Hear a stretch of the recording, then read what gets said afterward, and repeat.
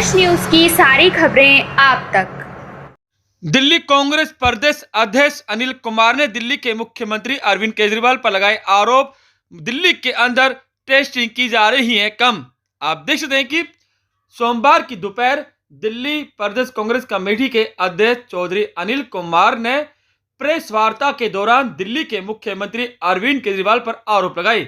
उन्होंने कहा कि जो 12 जनवरी को 1 लाख से ज्यादा टेस्टिंग हुई थी और अब 16 जनवरी को वही 65,000 टेस्टिंग हुई है, जहां उन्होंने बताया कि वह दिल्ली को छोड़ उत्तराखंड, गोवा, उत्तर प्रदेश, पंजाब में जा रहे हैं। दिल्ली की कोई परवाह नहीं है। क्या कुछ आरोप लगाए, सुने आप बाइट चौधरी अनिल कुमार की। तो प्रतिदिन 3 लाख टेस्ट रोज करने की क्षमता दिल्ली सरकार के पास है, कैसे देखते हैं उसको? देखिए, बड़ा अफसोस होता है कि दिल्ली के मुख्यमंत्री, दिल्ली के स्वास्थ्य मंत्री जब इस तरह से आंकड़े पेश करते हैं और अपनी पीठ थपथपाने का काम करते हैं। सच्चाई इसके परे है। आज तमाम रिपोर्ट्स में, समाचार पत्रों में पूरी तरह से लोगों की राय है। हमारे पास जो फीडबैक है, जो रिपोर्ट्स, उसमें कहा जा रहा है कि सरकार ने अपने जो जांच है संक्रमण की, उसको कम कर दिया गया है और आधार बनाया गया आईसीएमआर गाइडलाइंस को। आईसीएमआर गाइडलाइंस कहीं ये नहीं कहती कि सरकार उस पर प्रतिबंध लगाए, लेकिन जिस तरह से अरविंद केजरीवाल सरकार ने गाइडलाइंस जारी की हैं कि बगैर प्रिस्क्रिप्शन के जांच नहीं होगी, बगैर सिम्टम्स के जांच नहीं होगी, तो वो लोग कहाँ जाएंगे जहाँ जिनको आवश्यकता है कोविड रिपोर्ट की। पहली बात तो ये, वो स्टूडेंट भी हैं या ट्रैवल करने वाले लोग हैं या ऑफिस में ज्वाइनिंग करने वाले लोग हैं।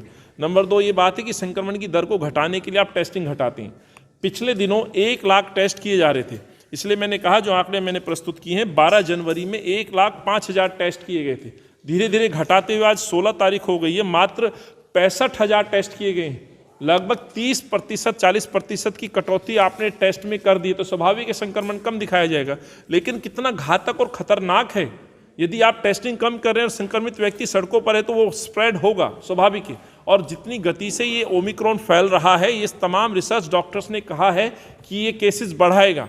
केसेस बढ़ेंगे तो अस्पतालों पे लोड बढ़ेगा, अस्पतालों पे दबाव बढ़ेगा। मौत के आंकड़े भी देखिए, जहां प्रतिदिन 1 या 2 मौतें दिल्ली में हो रही थी, आप अब लगभग एवरेज 25 से ज़्यादा मौतें हो रही हैं। तो कहीं ना कहीं संक्रमण बढ़ा है, घातक साबित हो रहा है।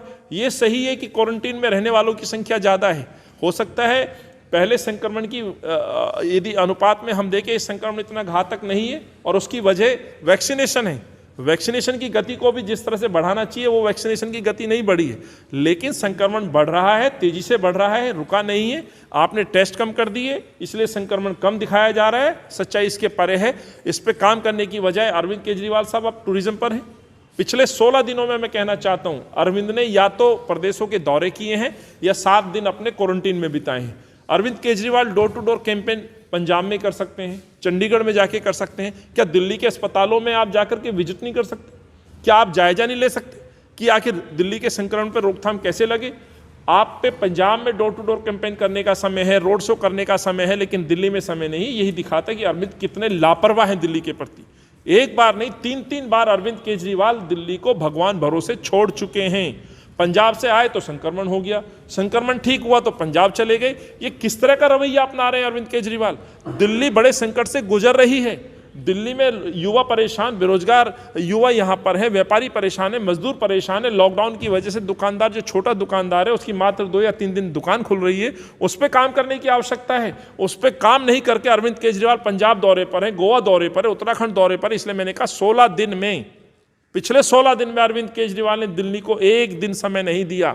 या तो प्रदेशों में चुनावी सभा कर रहे थे या 7 दिन अपने क्वारंटीन में थे। दर्शाता है कि अरविंद ने भगवान भरोसे दिल्ली को छोड़ दिया। Thank you.